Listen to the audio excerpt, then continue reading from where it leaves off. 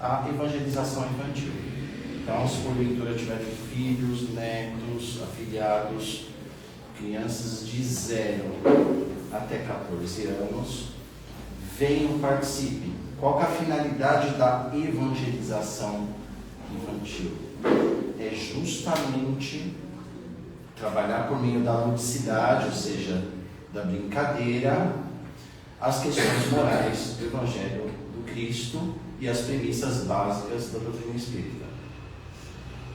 Nós entendemos que é essencial. O Kardec diz, que a educação é um conjunto de hábitos adquiridos. Então, não há progresso espiritual sem mudança de hábitos, sem você criar uma prática corriqueira. E muito importante que a gente comece isso na infância e na adolescência. Que os psicólogos mesmos dizem que nós já formamos a personalidade nesse período. Então, divulguem essa atividade aos sábados e podem vir aos sábados também. Quem não conseguir vir quarta ou sexta-feira, pode vir aos sábados, que também é um atendimento normal para nós, adolescentes maiores. Então, vocês podem vir, tem o Evangelho, passo toda a atividade mediúnica também. Tá certo?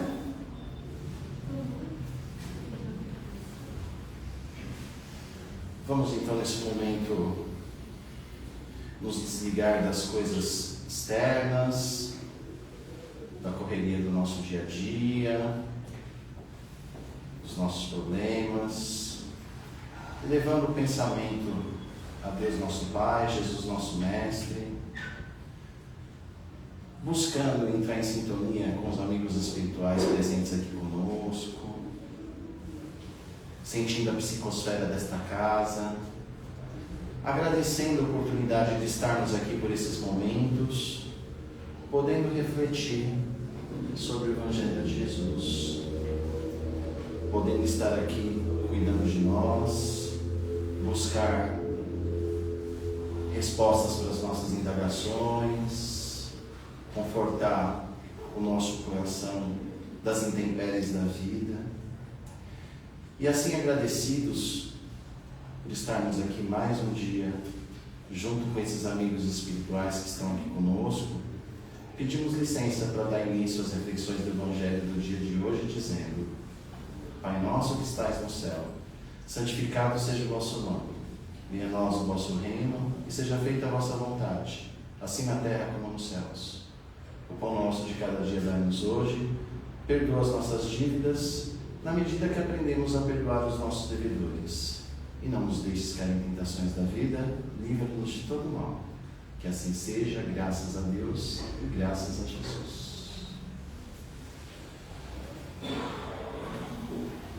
Bem, hoje nós vamos refletir num capítulo do Evangelho segundo o Espiritismo, que é o capítulo 16, cujo tema do capítulo é: não se pode servir a Deus e a Mamon.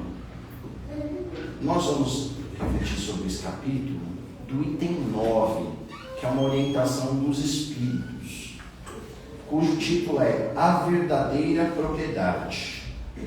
Essa orientação do Espírito Pascal, uma psicografia, realizada em Genebra em 1860.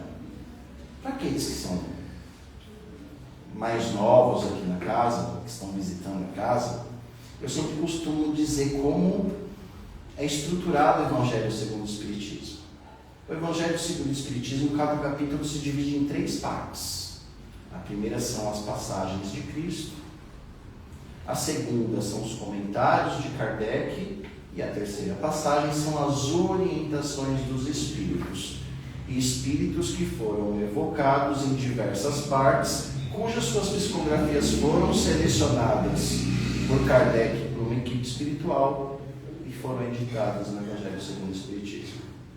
Então, tem um por trás disso. Então, quando a gente vai refletir sobre as orientações dos Espíritos, ou em alguns livros está escrito instruções dos Espíritos, são comentários, reflexões desses Espíritos sobre a temática.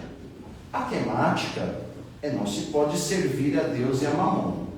Para a gente fazer, como eu não vou falar especificamente sobre essa passagem do Cristo, mas eu vou citá-la em alguns momentos,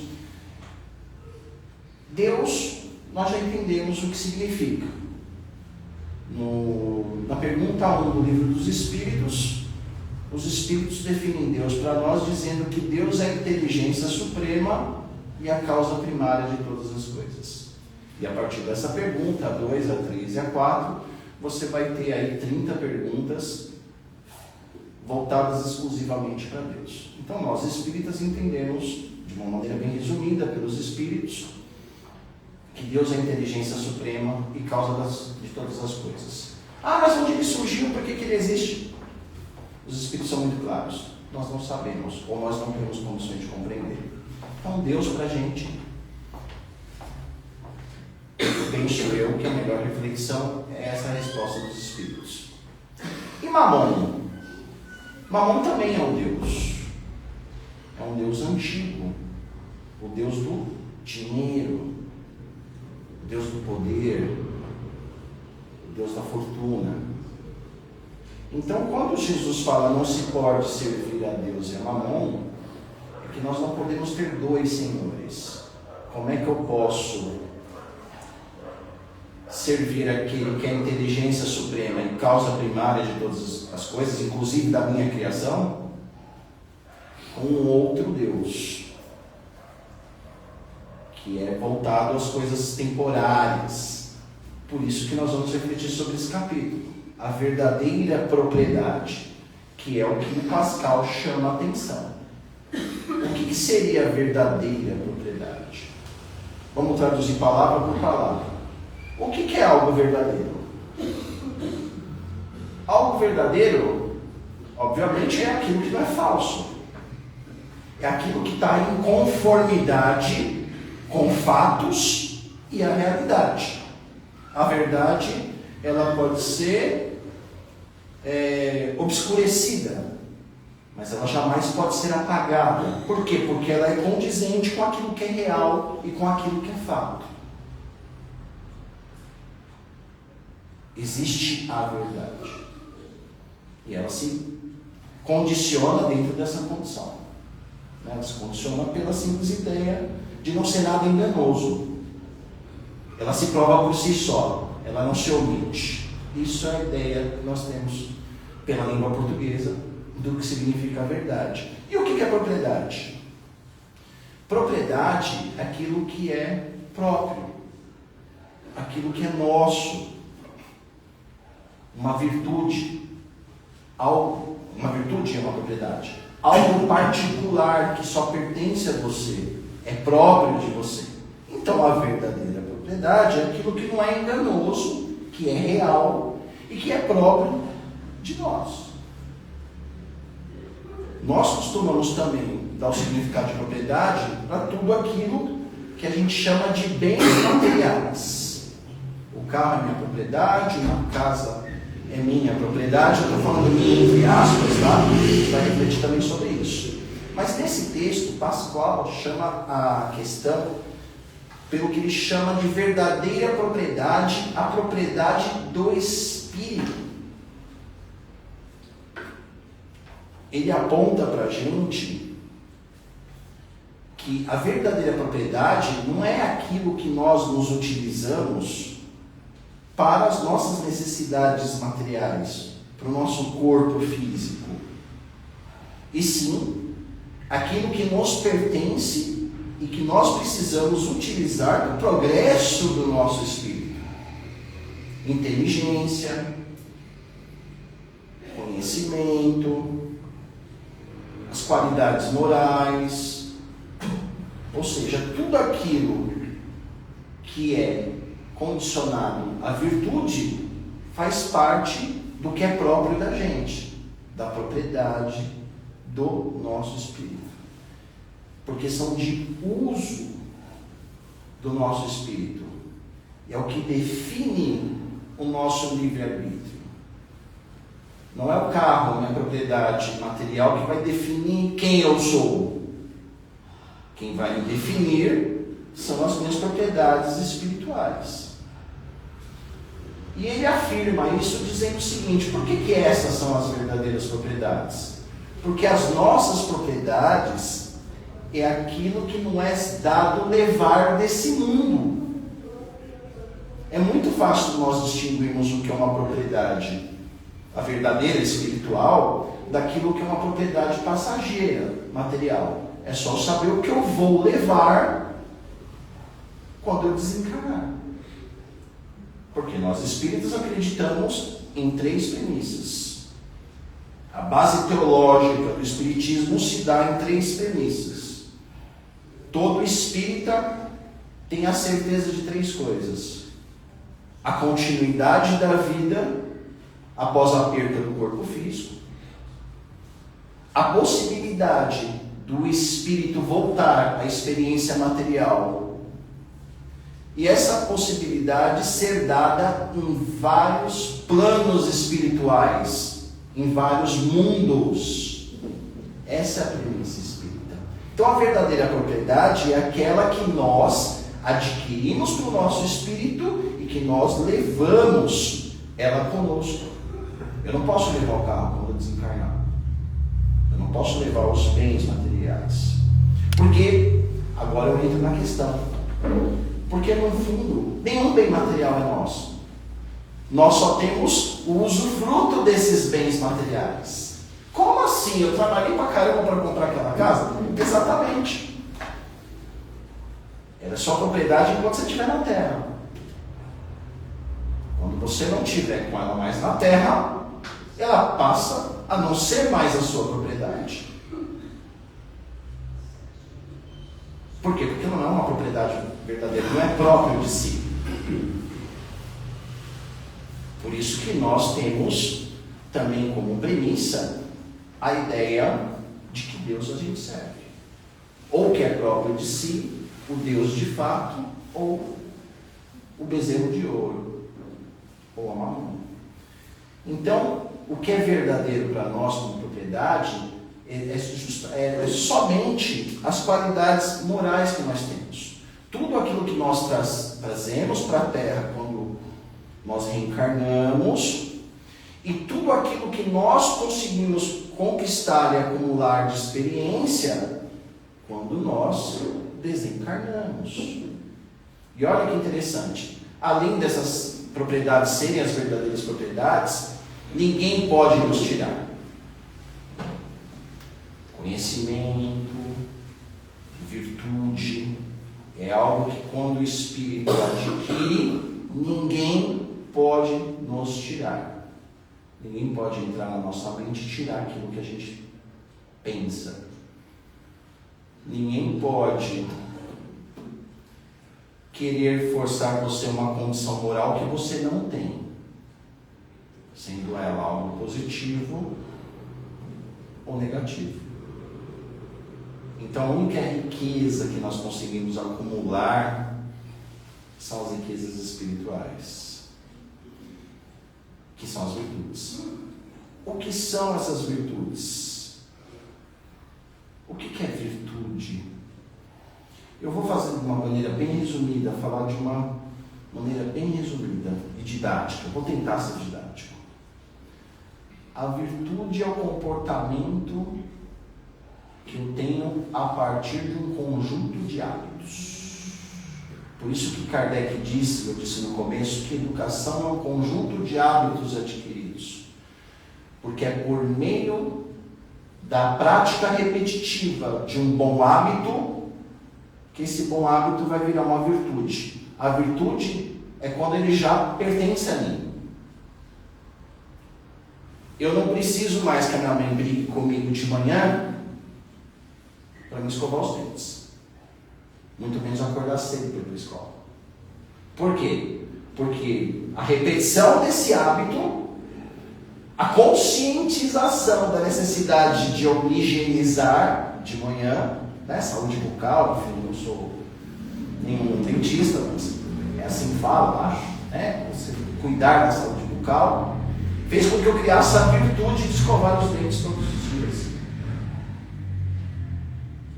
Entende? Com o espírito é a mesma coisa. Com o espírito é a mesma coisa. E nós só adquirimos essa verdadeira propriedade, que são as virtudes, por meio do esforço. Ah, eu não gosto de ler. Vou dar um exemplo. Eu não consigo ler um livro. Tá bom. Vamos do começo. Lê um texto. Ai, mas eu ainda não tenho atenção para ler um texto. Leia uma frase. Repita. Vai repetindo esse hábito. E esse hábito, a posteriori, vai crescendo, vai se transformando em virtude. Porém, só temos virtude a partir de duas coisas. Primeiro, como eu já disse, o esforço. Tem um filósofo que diz que não existe aprendizagem sem esforço, sem interesse. Tem um outro filósofo que diz o seguinte: quando o aluno observa a aula e não adquire a virtude do estudo, ele não é aluno, ele é espectador. Ele só contempla o que o outro tem que ensinar. Para você ser o aluno, você tem que criar a virtude que o professor transmite para você. Digo virtude, não a cultura, tá? Quero deixar isso muito claro. Cultura não ensina ninguém. O que ensina são as virtudes. A prática de virtudes do ponto de vista espiritual. A cultura, ela é complexa. Ela não é um valor, porque cada civilização, cada povo, cada bairro tem a sua cultura. Então não é uma coisa absoluta.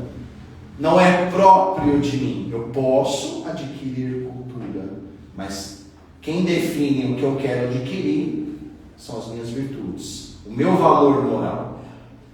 Daí que nós falamos de verdadeira propriedade, que é aquilo que é próprio seu. Obviamente ninguém vai me impor cultura se isso não fizer parte das minhas virtudes. Ah, mas brasileiro gosta de carnaval. Quem falou? Eu não gosto. Ah, então você não é brasileiro. Não, eu sou eu. A minha virtude é ser eu acima de ser brasileiro. Ah, mas você não gosta de brasileiro? Não estou dizendo isso. O que eu quero dizer é que eu não generalizo a cultura, porque as pessoas confundem cultura com virtudes. Nem todo brasileiro gosta de carnaval. Entende? Um exemplo bem simples assim, mas para a gente entender a diferença de cultura e de virtude. Então, o primeiro passo para nós adquirirmos a verdadeira propriedade, adquirirmos virtudes e essas propriedades fazerem parte do nosso espírito, é o nosso esforço. E o segundo, a caridade. O que é caridade? No livro dos Espíritos está lá. Os Espíritos definem caridade com 3 virtudes: benevolência, ser bom, né? Não bom no discurso, bom na prática. Indulgência com os defeitos alheios, ou seja, compreender o defeito dos outros.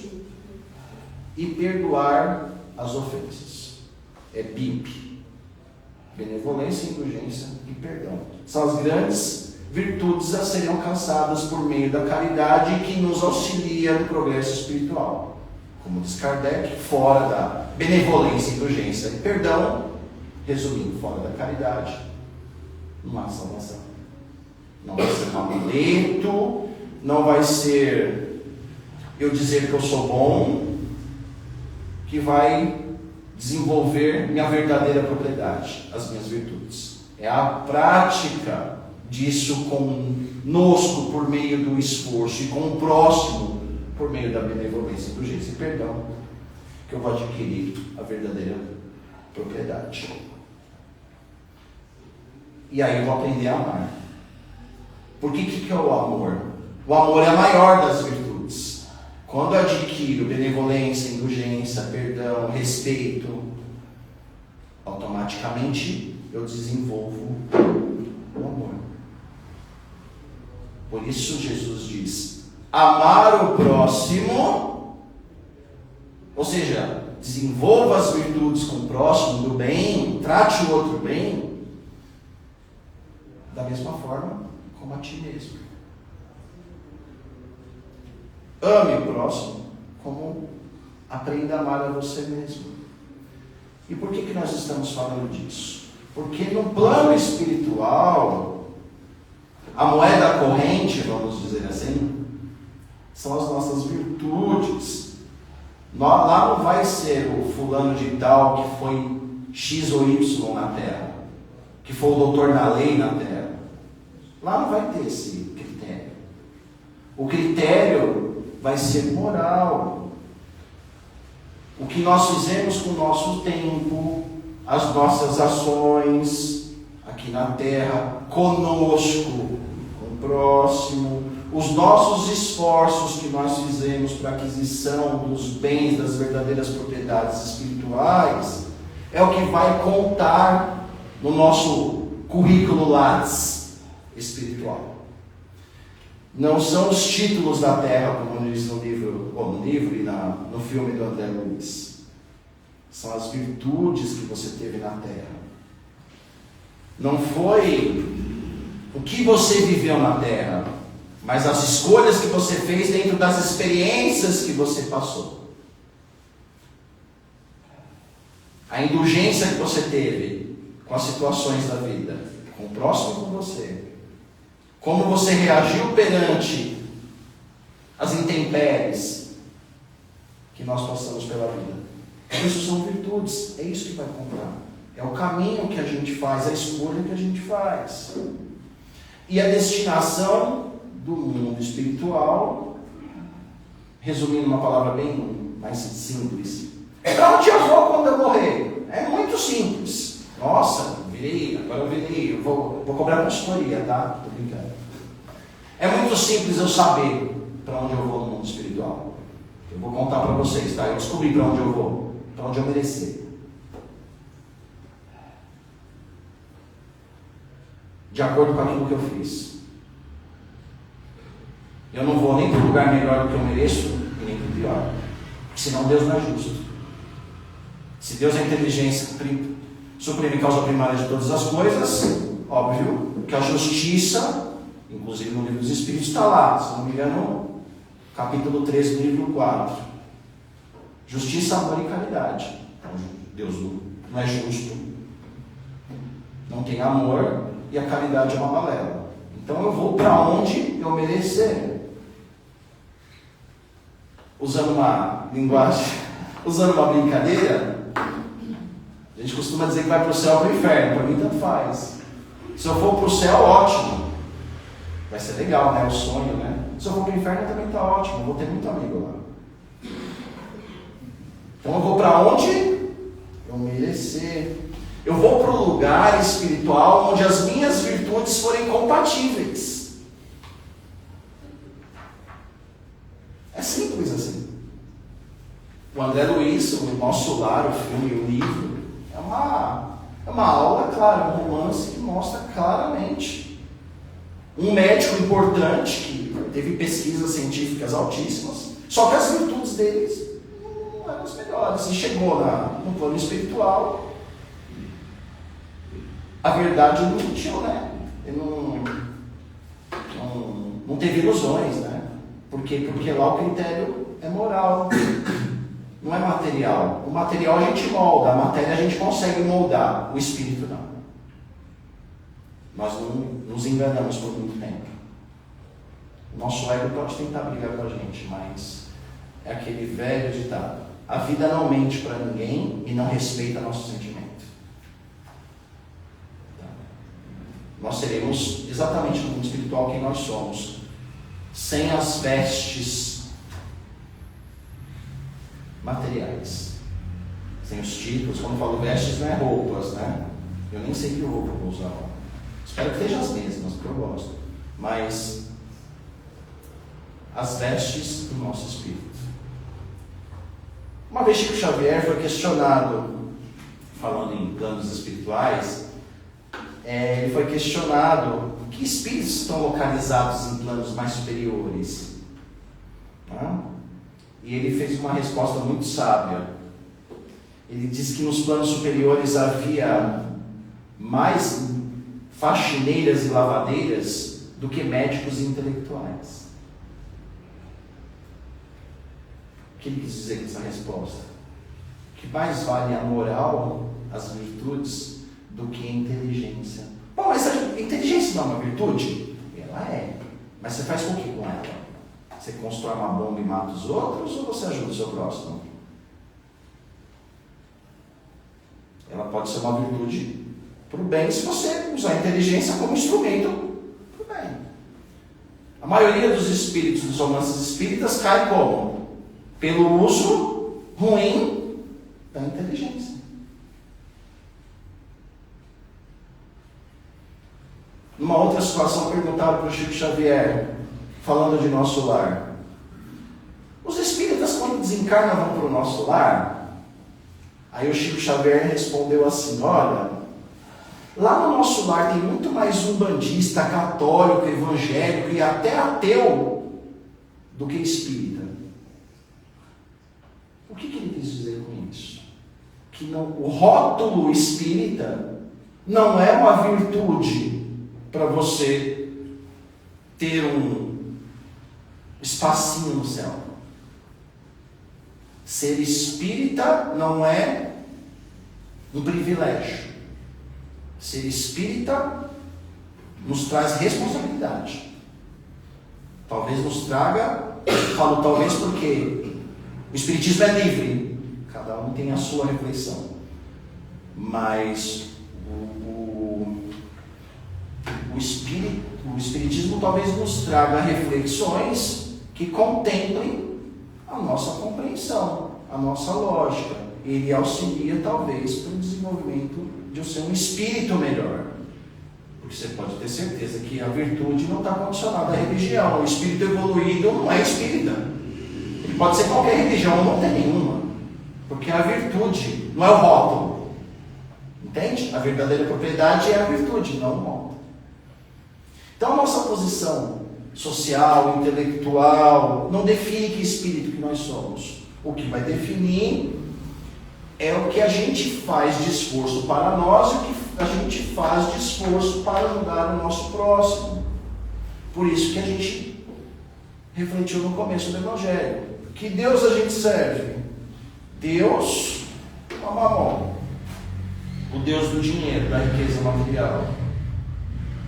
Jesus fala isso em várias passagens. Qual tesouro você está adquirindo? Os tesouros da terra ou os tesouros do Espírito? Há várias passagens que Jesus nos traz essa necessidade. Mas deixa eu fazer um adendo. Devemos então não nos preocupar com os bens materiais? Jesus pediu voto de pobreza? Não. É por meio do trabalho que nós desenvolvemos o espírito. Agora, nós temos que ter a clareza que os bens materiais, eles só vão ter serventia para o nosso espírito se esses bens forem utilizados para o nosso progresso moral e para o auxílio do nosso próximo. Porque senão o dinheiro vira o quê? Perdição. Eu sou milionário, vou fazer o quê? Vou utilizar esse dinheiro para os meus prazeres ou para ajudar eu a evoluir, a sociedade a evoluir? Inventar coisas, oferecer oportunidade para as pessoas por meio do trabalho, se desenvolver intelectualmente, moralmente, por meio da convivência, da atividade que ele faz, ou eu vou usar o dinheiro para... não vou falar palavrão. Para as coisas fúteis. Escolha. Então, Jesus não faz nenhum voto de pobreza. Ele pergunta que Deus você quer servir. Mas não significa que os bens materiais são o malvado da história. O malvado somos sempre nós. É o que nós fazemos que classifica a maldade. O que dá o valor para o dinheiro somos nós. Não é o dinheiro. O dinheiro não tem juízo de valor. O dinheiro é dinheiro. O que o ser humano racional faz com ele, a escolha que ele utiliza, o dinheiro ou qualquer outra propriedade material. ou qualquer outro bem. É a história da arma, né? A arma serve para mim matar alguém, como serve para me proteger. Depende da forma que eu uso. Então, para finalizar, o nosso tempo também já está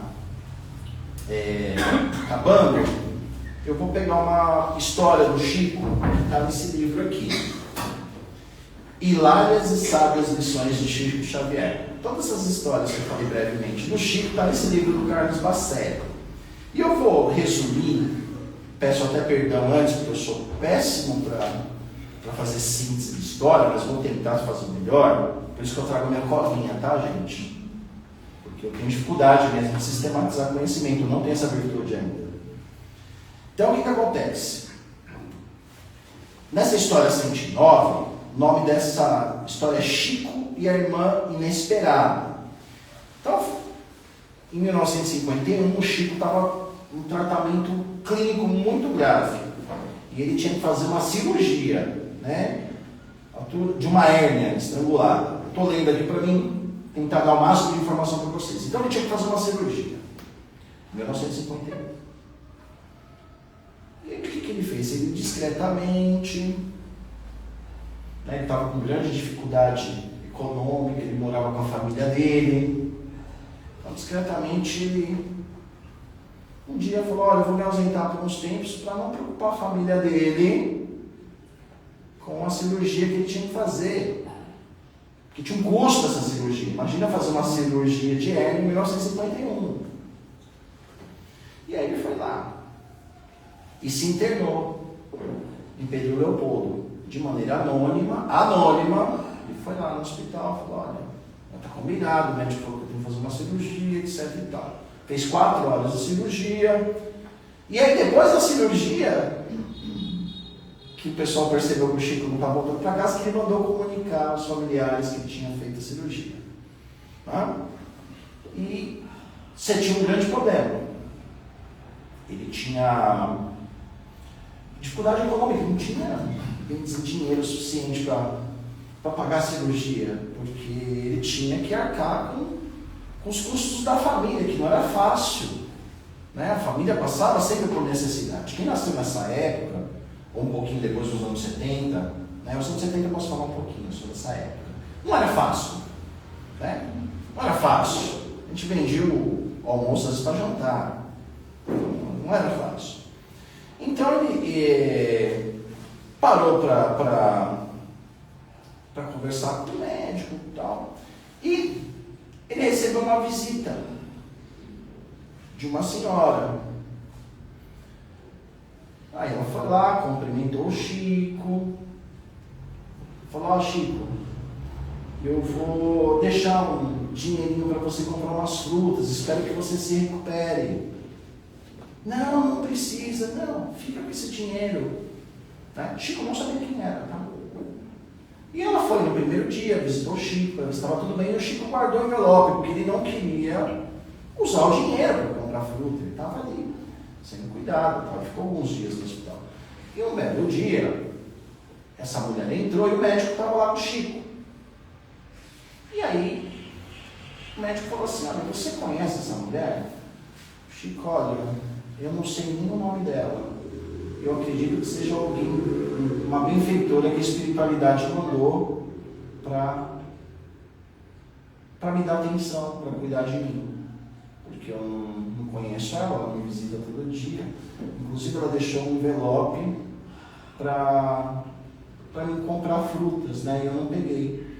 Aí o médico: você não abriu o envelope? E ele abriu o envelope. Tinha um dinheiro na cirurgia lá. E o médico: você não conhece mesmo essa moça? Não conheço. Então, essa moça, eu vou ler aqui com as palavras da história, tá? O médico disse que aquela mulher era uma prostituta de renome, muito conhecida nas altas rodas sociais. E aí Chico respondi a ele que para mim ela era uma benfeitora de que eu jamais haveria de me esquecer, uma mensageira do bem que o Senhor enviara ao meu encontro num momento tão difícil da minha vida. De lá para cá temos nos correspondido sempre, mas devemos ter nos visto apenas 1 ou 2 vezes. Todo ano ela me envia um atencioso cartão de Natal e o seu nome está incluindo todos os dias minhas preces de gratidão. Qual que é a reflexão dessa história? Existem muitas, por isso que eu deixei ela para o final.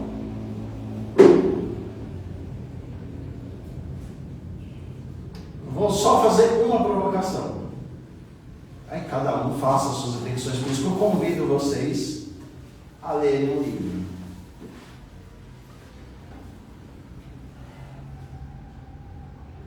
Essa mulher, prostituta, né? Socialmente não é uma prostituta, mas com virtudes, que foi lá ajudar alguém que não sei como ela conhecia, ou já te conhecia, tinha uma certa admiração, enfim. Ela vai para o nosso lar ou não? Fica a reflexão aí. Boa noite para todos.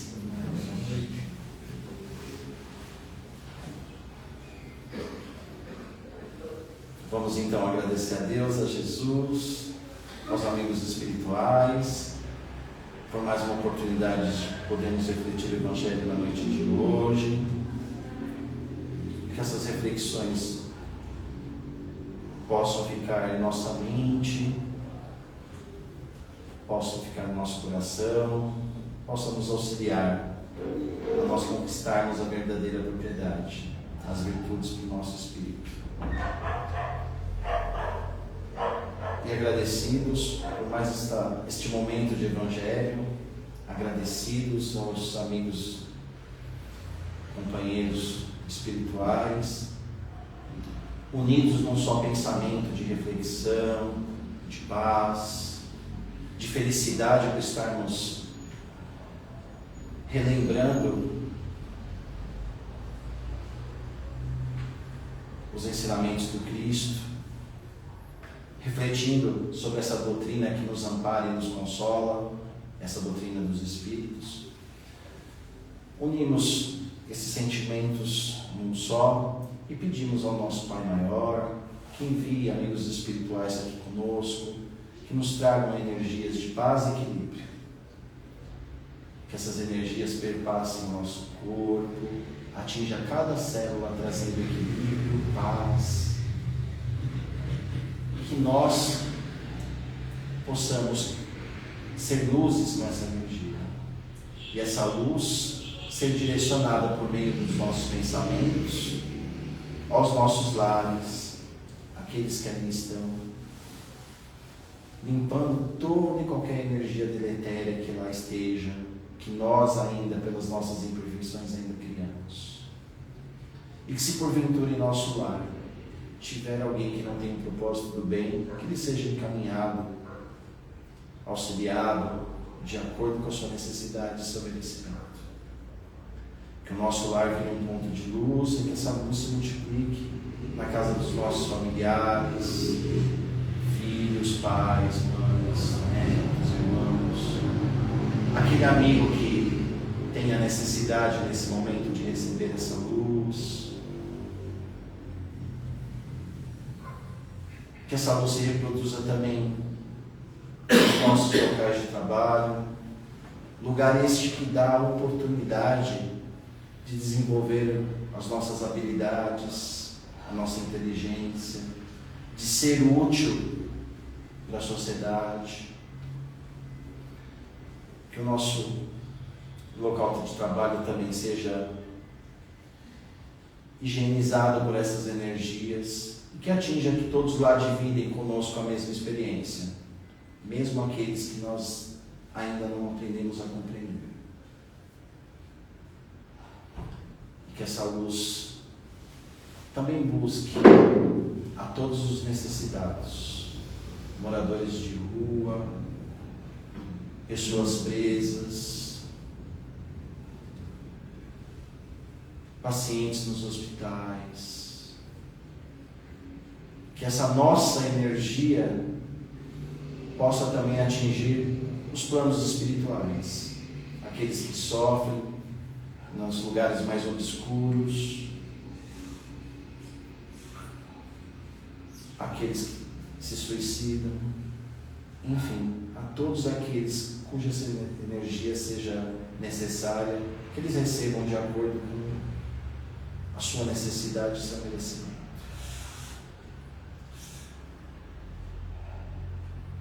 E agora voltemos para esta casa, sentindo os nossos pés, as nossas mãos,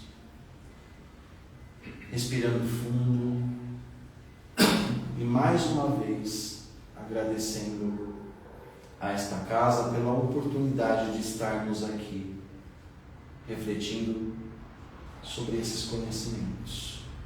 Mais uma vez agradecido ao nosso Mestre Jesus e a Deus, o nosso Pai, e pedindo licença para continuidade do tratamento espiritual, do consolo para aquilo que buscamos nesta casa. Encerramos as atividades de reflexão do Evangelho de hoje dizendo: Pai nosso que estás no céu, santificado seja o vosso nome. Venha a nós o vosso reino, seja feita a vossa vontade, assim na terra como nos céus. O pão nosso de cada dia dai-nos hoje, perdoa as nossas dívidas, na medida que aprendemos a perdoar os nossos devedores. Não nos deixes cair em tentações da vida, livra-nos de todo mal.